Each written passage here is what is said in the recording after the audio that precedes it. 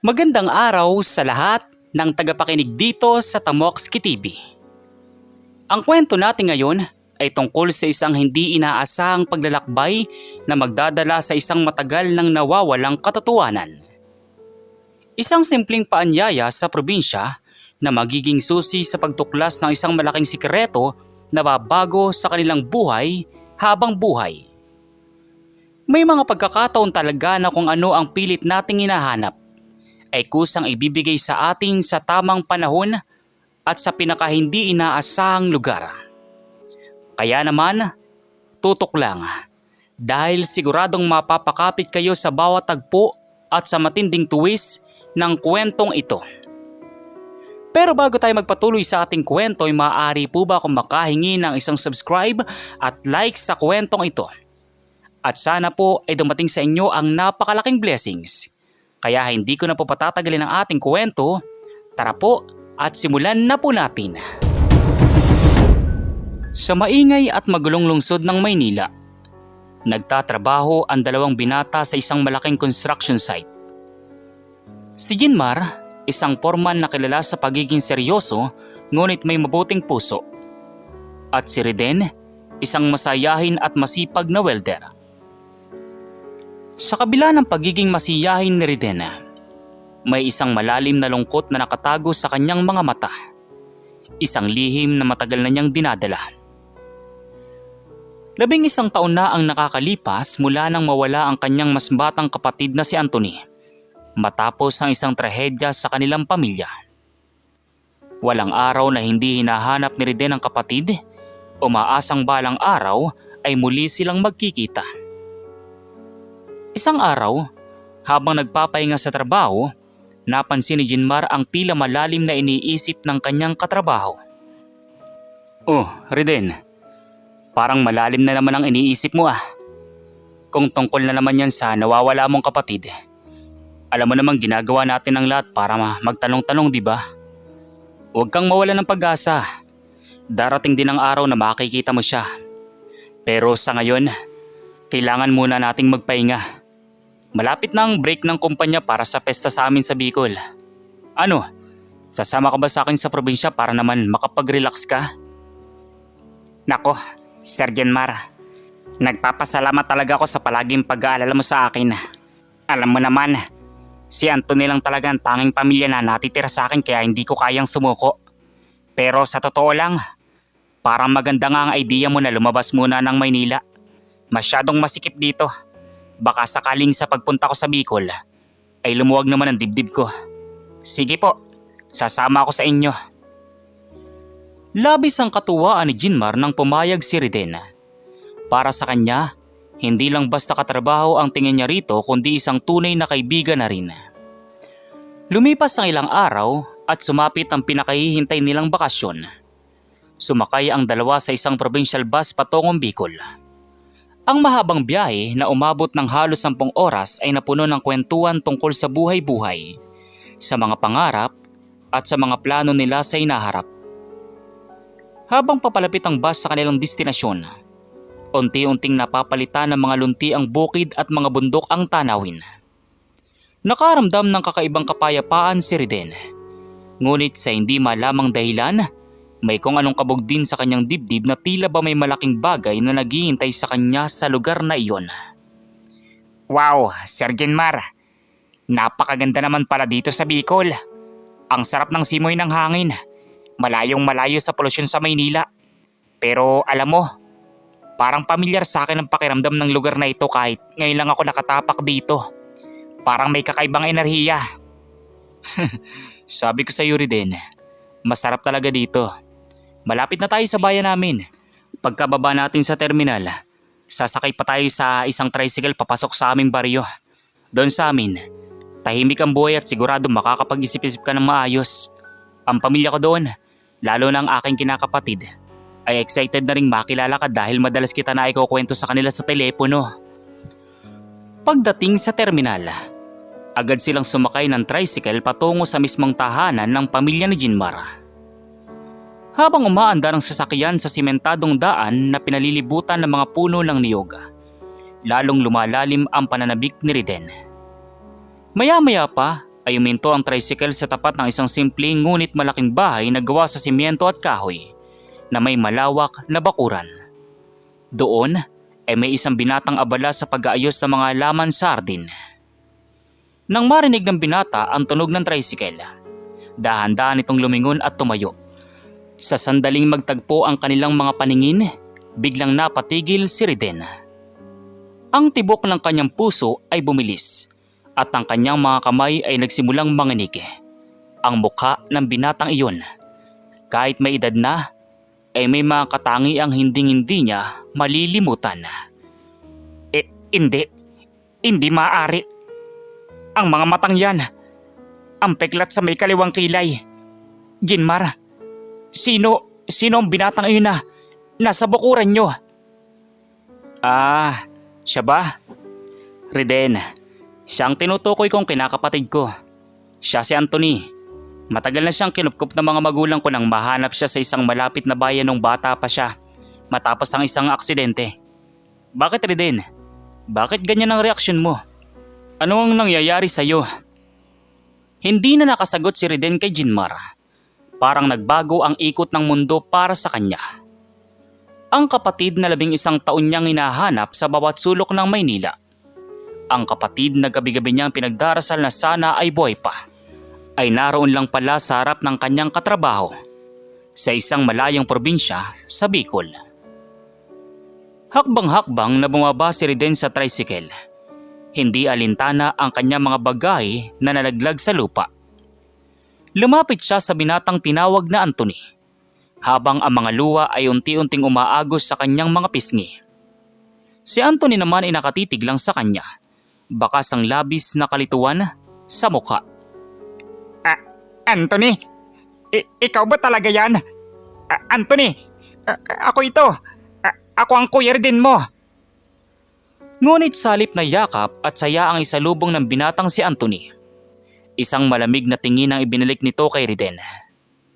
Napaatras si Anthony ng ilang hakbang at lumingon kay Ginmar na tila ba humihingi ng saklolo at paliwanag sa kung sino ang estrangherong umiiyak sa kanyang harapan. Kuya Ginmar, sino ba itong kasama mo? Bakit niya ako tinatawag na Anthony at bakit siya umiiyak? Sino ka ba? Hindi kita kilala. Kuya Ginmar, tulungan mo ako. Natatakot ako sa kanya. Ang mga salitang iyon mula kay Anthony ay parang isang matalim na kutsilyo na sumaksak sa puso ni Riden. Bakit hindi siya makilala ng sarili niyang kapatid? May mas malalim pa palang sikreto ang nakatago sa likod ng pagkawala nito. Isang katotohanan na hindi lang basta amnesia ang dahilan. Ano nga ba ang tunay na nangyari 11 taon na ang nakakaraan? At bakit tila may pader na nakaharang sa pagitan ng magkapatid? Napuno ng nakakabinging katahimikan ang buong bakuran.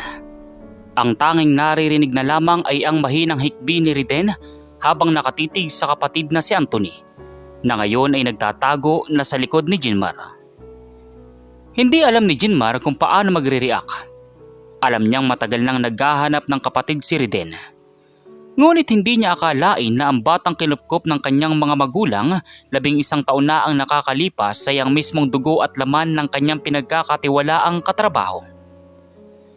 Dahil sa kaguluhan sa labas, lumabas na rin ang mga magulang ni Ginmar mula sa loob ng bahay upang tingnan kung ano ang nangyayari.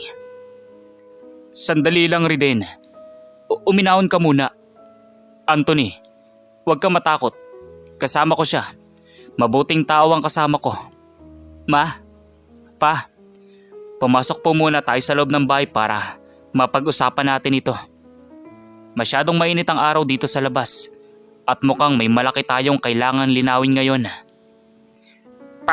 Pasensya na kayo. Pasensya na kung nabigla ko kayo. Pero Sir Ginmar, mga magulang ni Ginmar, nakikiusap ako. Hayaan niyo akong mapatunayan na siya talaga si Anthony. Hindi ako pwedeng magkamali. Ang peklat na yan sa kaliwang kilay niya. Nakuha niya yan noong 5 taong gulang siya nang mahulog siya sa hagdan habang naglalaro kami. At ang mga mata na yan, kilalang kilala ko ang kapatid ko. Pumasok ang lahat sa loob ng sala. Umupo si Anthony sa tapat ng ina ni Jinmar. Halatang balisa pa rin at hindi alam kung paano titingnan si Riden. Si Riden naman ay nakaupo sa tapat nila. Hawak ang isang lumang pitaka na dahan-dahan niyang binuksan. Mula rito ay kinuha niya ang isang lukot at kupas na litrato. Isang larawan ng dalawang bata na magkayakap at nakangiti sa harap ng isang maliit na bahay. Lumapit si Jinmar upang kunin ang litrato at ipinakita ito sa kanyang mga magulang at kay Anthony. Tingnan mo ito, Anthony. At kayo rin po, ma, pa. Ang batang nasa larawan na ito. Kamukhang kamukha nga ni Anthony noong unang beses niyo siyang dinala dito sa bahay. Riden, paano ba talaga nawala ang kapatid mo? Ano bang nangyari 11 taon lang nakakaraan sa Maynila? 11 taon nang nakalipas. Noong si Anthony 7 taong gulang pa lamang at ako naman ay 14. Nagkaroon ng malaking sunog sa tinitirahan naming komunidad sa Maynila. Gabi noon at natutulog na kami nang magsimulang kumalat ang apoy. Sa gitna ng kapalmunan ng usok at kaguluhan ng mga taong tumatakbo. Hawak-hawak ang kamay ni Anthony. Pero may isang malaking pagsabog ng tangke ng gas ang naganap malapit sa amin. Sa lakas ng impact, natumba ko at nabitawan ko ang kamay niya. Nung magkamali ako sa ospital, wala na si Anthony. Hinanap ko siya sa lahat ng evacuation center, sa mga ampunan. Pero bigo ako. Ang akala ko ay tuluyan na siyang nawala sa akin. Habang nagkukwento si Riden, mapapansin ang unti-unting pagbabago sa ekspresyon ng mukha ng ina ni Jinmar. Napahawak ito sa kanyang dibdib. Tila ba tinatamaan ng konsensya o matinding emosyon sa mga naririnig. Tumingin ito kay Jinmar at pagkatapos ay kay Riden. Kung ganaan, totoo nga ang hinala namin noon. Riden, irog ka. Patawarin mo kami. Noong taon na sinasabi mo, nagpunta kami ng asawa ko sa Maynila para magbenta ng mga produkto mula dito sa probinsya. Malapit kami sa lugar na nasunog noong gabing iyon. Kinabukasan, habang pabalik na kami sa terminal, nakita namin ang batang ito na pagala-gala sa gilid ng kalsada. Sugatan, madungis, at tila tuliro. Tinanong namin ang pangalan niya at ang tanging nasabi niya lang ay Anthony. Hinanap din namin kung may mga kamag-anak siya doon. Pero dahil sa kaguluhan ng sunog, wala makapagsabi. Kaya nagpasya kaming dalhin muna siya rito sa Bicol para ipagamot ang mga sugat niya. Pero Nay, ang sabi niyo sa akin noon, na-aksidente lang ako kaya nawalan ako ng alaala. At kayo talagang tunay kong pamilya. Bakit ngayon ay may lumalabas na kuya ko raw siya? Naguguluhan po ako. Dito na pumasok ang isang napakalaking revelasyon na nagpatahimik sa lahat. Tumingin ang ama ni Jinmar kay Riden ng diretso. May bitbit na bigat sa kanyang kalooban na matagal na nilang inilihim kahit kay Jinmar mismo. May kailangan kaming aminin sa inyo, lalo na sa iyo, Riden. Noong dinala namin si Anthony dito, dinala namin siya sa doktor sa bayan. Dahil sa trauma ng sunog at posibleng pagkakatama ng ulo niya noong gabi ng trahedya, nagkaroon siya ng tinatawag na dissociative amnesia. Hindi niya maalala ang nakaraan niya maliban sa pangalan niya. Noong mga unang buwan, nagplano talaga kaming hanapin ang pamilya niya. Pero noong mga panahon ngayon, kamamatay lang ng bunso naming anak na lalaki dahil sa sakit. Ang sakit-sakit para sa amin. Noong dumating si Anthony, tila ba pinunan niya ang dosa sa puso namin. Kaya nagdesisyon kaming huwag nang magtanong pa sa Maynila. Tinago namin ang katotohanan na may pamilya na siya dahil natakot kaming baka bawiin siya sa amin. Gulat na gulat si Jinmar sa narinig mula sa sarili niyang mga magulang. Hindi niya akalain na may ganitong kwento ang pagkakapatid nila ni Anthony. Tumingin siya kay Riden na ngayon ay bagsak ang balikat. Nasasaktan sa katotohanang mas pinili ng mga kumupkop na itago ang kanyang kapatid sa halip na ibalik ito.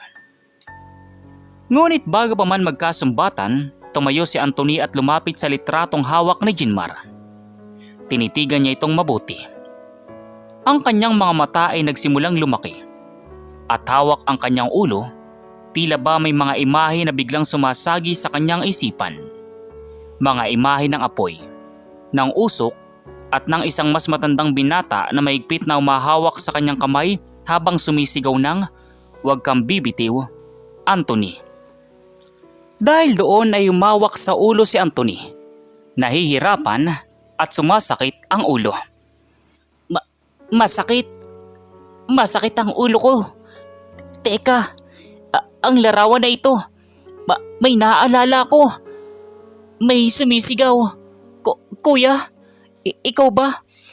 Ikaw ba talagang sumisigaw nung gabi na iyon? Unti-unting nagbabalik ang mga piraso ng alaala ni Anthony. Ngunit kasabay ng pagbabalik na ito ay ang paglutang ng isang mas matinding tanong. Kung naaalala na niya si Riden, handa ba niyang iwanan ang pamilyang nagpalaki sa kanya ng 11 taon?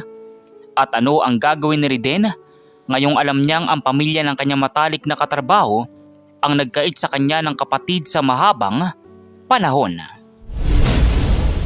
Ang kapaligiran sa loob ng sala ay binalot ng matinding tensyon. Si Anthony ay patuloy na nakahawak sa kanyang ulo.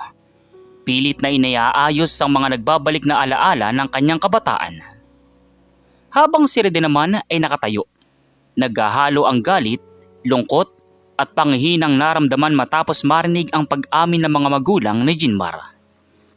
Ang mga taong itinuturing niyang pamilya ng kanyang matalik na kaibigan at katrabaho ay ang mga tao palang naging dahilan kung bakit 11 taon siyang nagdusa sa pangungulila. Ma? Pa? Bakit niyo nagawa yun? Alam niyo ba kung gaano kahirap ang pinagdaanan ni Reden sa Maynila? Gabi-gabi siyang puyat. Halos walang kinakain. Makatabi lang ng pera para sa paghanap kay Anthony. Tapos ngayon malalaman ko na itinago niyong bata dahil lang sa sarili ninyong pangailangan. Hindi ko kayo pinalaki. Ay mali. Hindi niyo ako tinuruan ng ganang uri ng pagpapasya. Patawarin mo kami, Reden. Patawarin mo kami. Alam naming makasarili ang naging desisyon namin noon. Pero naging mabuting magulang kami kay Anthony. Minahal namin siya na parang totoong anak.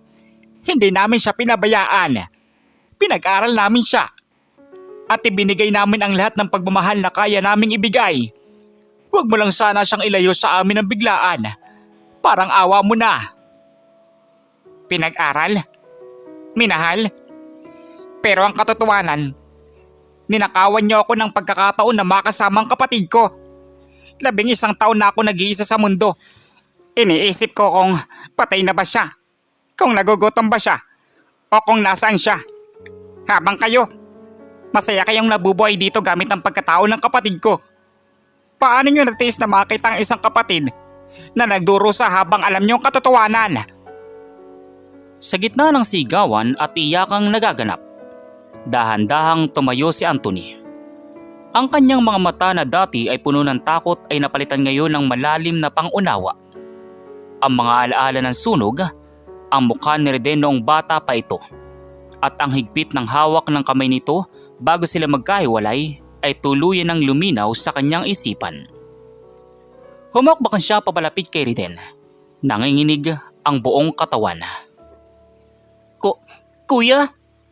Kuya Reden? Naaalala ko na. Naaalala ko na nung tinangka mo akong iligtas sa sunog. Naaalala ko ng paborito nating laro. Ang pangako mo sa akin na hindi mo ako iiwan. Kuya, patawad. Patawad kung hindi kita nakilala agad. Anthony, ang kapatid ko. Sa wakas, nayakap din kita. Walang kasalanan ang munting kapatid ko. Ako ang dapat humingi ng tawad dahil nabitawan ko ang kamay mo noong gabing yun. Hindi mo alam kung gaano ko hinintay ang sandaling ito, Anthony. Naging emosyonal ang tagpong iyon.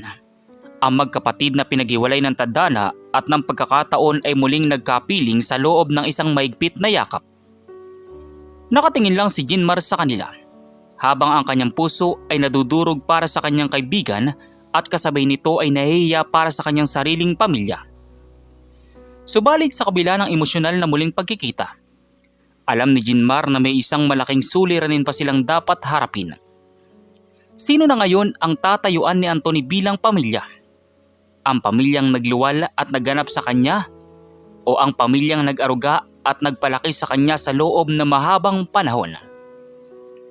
Riden, Anthony, masaya ako na sa wakas ay nagkasama na kayo. Pero kailangan nating harapin ang katotohanan ngayon. Anthony, ikaw ang nasa gitna ng sitwasyong ito. Anong gusto mong mangyari? Riden, anong plano mo para sa kapatid mo? Iuuwi ko si Anthony sa Maynila. Doon kami magsisimula muli bilang tunay na pamilya. Hindi ko nahahayaan na may maghiwalay pa sa amin muli. Tapos ng 11 taon na pagtitiis ko. Nang marinig iyon ng mga magulang ni Jinmar, muli silang napaiyak. Ngunit bago pa man makasagot ang sinuman, si Anthony ay dahan-dahang humawak sa kamay ni Riden. Habang ang isa naman niyang kamay ay nakahawak pa rin sa ina ni Jinmar na nagpalaki sa kanya. Isang matinding desisyon ang kailangang gawin ng bata. Isang twist sa kanilang buhay na walang sino man sa kanila ang nakahanda. Kuya Riden, mahal kita at masaya ako na nahanap mo ako. Pero hindi ko kayang iwanan na lang basta si nanay at tatay na nag-alaga sa akin nung walang-wala ako. Sila ang nagligtas sa buhay ko. Ngunit ang hindi alam ni Anthony at ni Riden, may isang lihim pa palang itinatago ang mga magulang ni Jinmar tungkol sa gabing nahanap si Anthony. Isang lihim na hindi lang basta tungkol sa amnesia, kundi tungkol sa tunay na dahilan kung bakit hindi na nila binalikan ang Maynila upang magtanong. Isang katotohanan na kapag nalaman ni Riden ay maaaring tuluyang sumira sa pagkakaibigan nila ni Jinmar. Ano nga ba ang nakatagong katotohanang ito?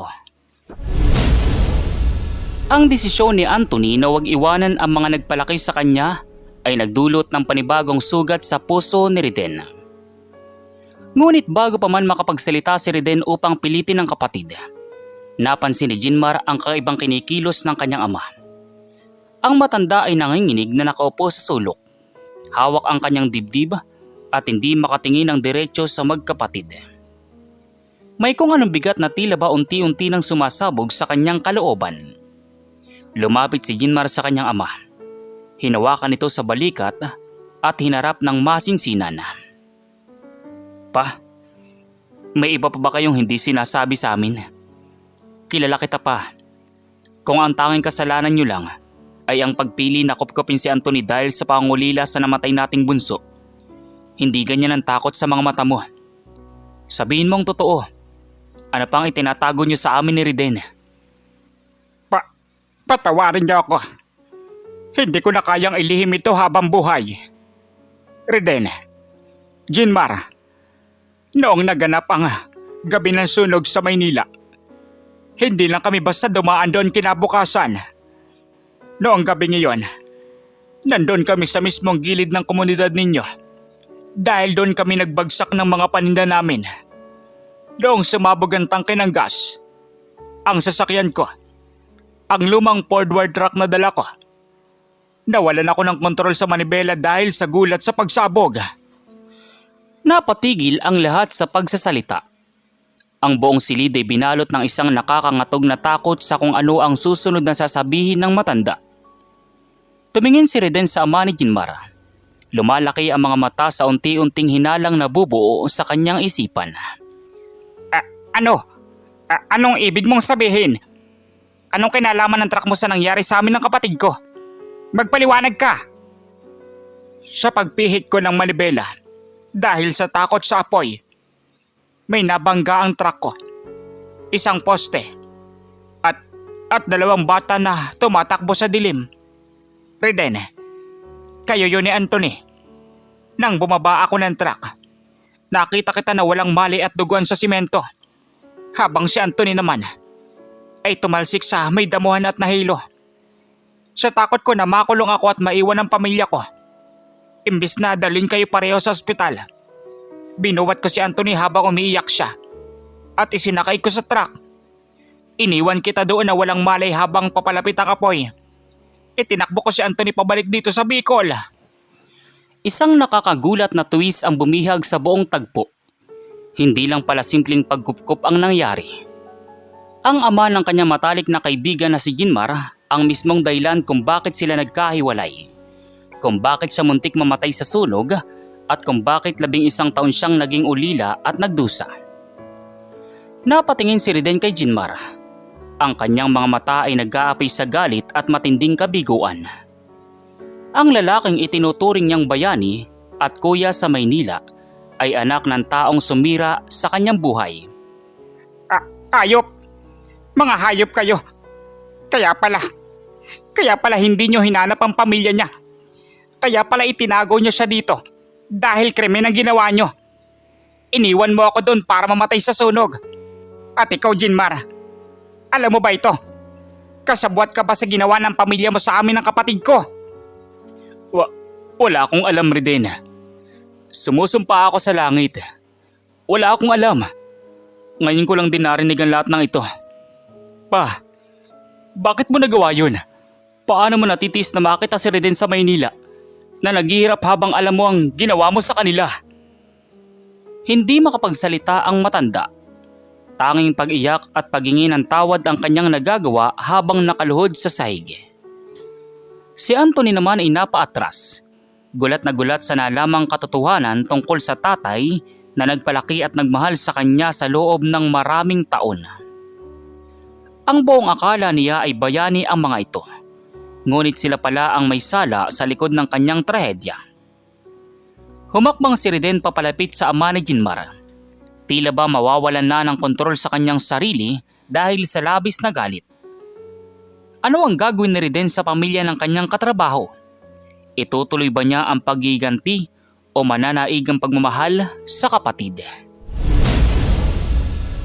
Parang gumuho ang buong mundo sa loob ng maliit na salang iyon sa Bicol.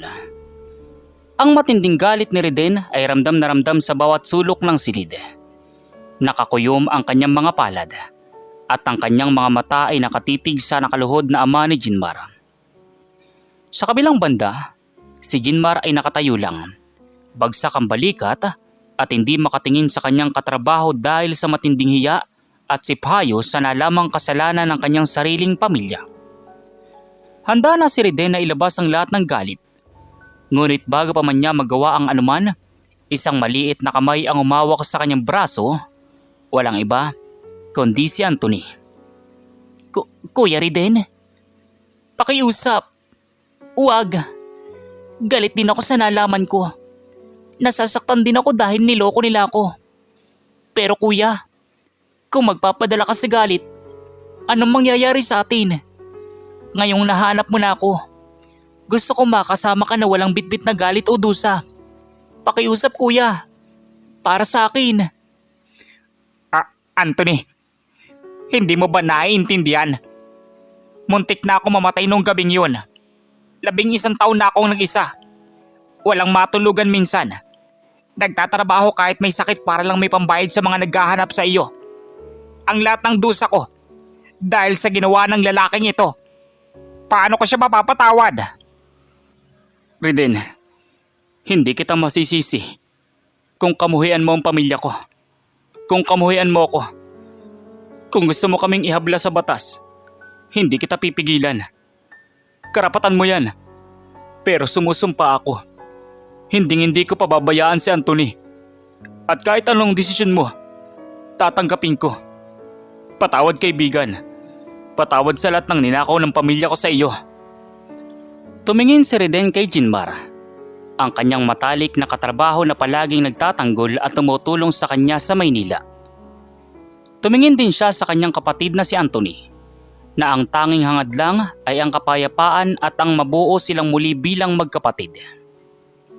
Naisip ni Riden kung magpapakain siya sa galit at ipapakulong ang ama ni Ginmar. Muli na namang mawawasak ang isang pamilya at ang kapatid niya ay muling makakaranas na matinding kalungkutan. Matapos ang ilang sandali ng mabigat na katahimikan, Dahan-dahang binitawan ni Riden ang kanyang nakakuyom na kamao. Isang malalim na buntong hininga ang kanyang pinakawalan, kasabay ng pag-agos ng uling patak ng kanyang mga luwa. Tumayo na kayo riyan. Hindi ko alam kung kailan o paano ko kayo tuluyang mapapatawad dahil napakalaki ng nawala sa akin. Pero dahil kay Anthony at dahil na rin sa kabutihang ipinakita sa akin ni Jinmar sa Maynila, hindi ko kayo ipapakulong. Ngunit may isang kondisyon ako. Ano yun, Riden? Kahit ano, gagawin ko. Mapatunayan ko lang ang pagsisisi ko. Isasama ko si Anthony sa Maynila. Doon siya mag-aaral at doon kami titira. Hindi ko kayo ipagbabawal na makita siya dahil alam kong naging mabuti rin naman kayo magulang sa kanya. Pero sa ngayon, kailangan muna namin ng panahon upang buuin ang mga nawalang taon sa amin. At ikaw, Jinmar, sana ay manatili ka pa rin kaibigan at kapatid sa akin sa trabaho. Walang kasalanan ng pagkakaibigan natin sa naging pagkakamali ng nakaraan. Maraming salamat, Riden. Napakabuti ng puso mo. Ipinapangako ko, tutulungan kita sa pagpapatapos kay Anthony sa Maynila. Sabay nating itataguyod ang kapatid mo. At dito nagtatapos ang ating kwento. Ang tunay na pagpapatawad ay hindi nangangahulugang nakalimot na tayo sa masakit na nakaraan, kundi ang pagpili na wag na maging bihag ng galit at pait. Ang pagmamahal sa pamilya ay kayang maghilom ng pinakamalalim na sugat, at ang kapayapaan ng kalooban ay matatagpuan lamang kapag binuksan natin ang ating puso para magpatawad. Gaya ni Riden at Jinmar, pinatunayan nila na sa kabila ng mabigat na pagsubok at pagkakamali, ang pag-unawa at pagkakaisa pa rin ang mananaig sa huli upang makapagsimula ng isang mas matatag at masayang bukas. Kayo, ano pong masasabi nyo sa kwento natin ngayong araw? At kung ano mga aral po ang mga natutunan ninyo? Maaari nyo po bang i-comment dito po sa baba sa comment section para muli ko pong mabasa. So once again, inuulit ko pong muli, ako po si Tamoxki TV. Kita-kita po tayong muli sa mga susunod pa nating maraming mga kwento.